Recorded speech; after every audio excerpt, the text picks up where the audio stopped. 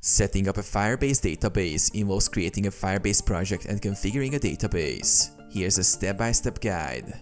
Create a Firebase project. Sign into Firebase console.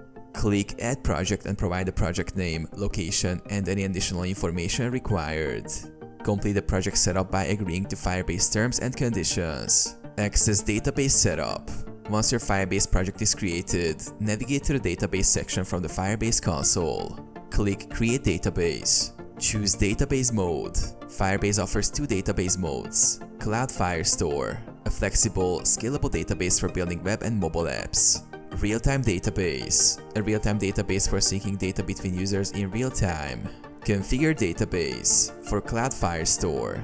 Choose between Firestore Native Mode for enhanced features or Firestore Experimental for the latest capabilities. Set up location preferences if needed.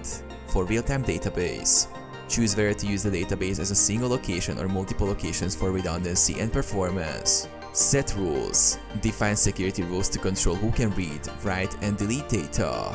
These rules can be customized later based on your app's requirements.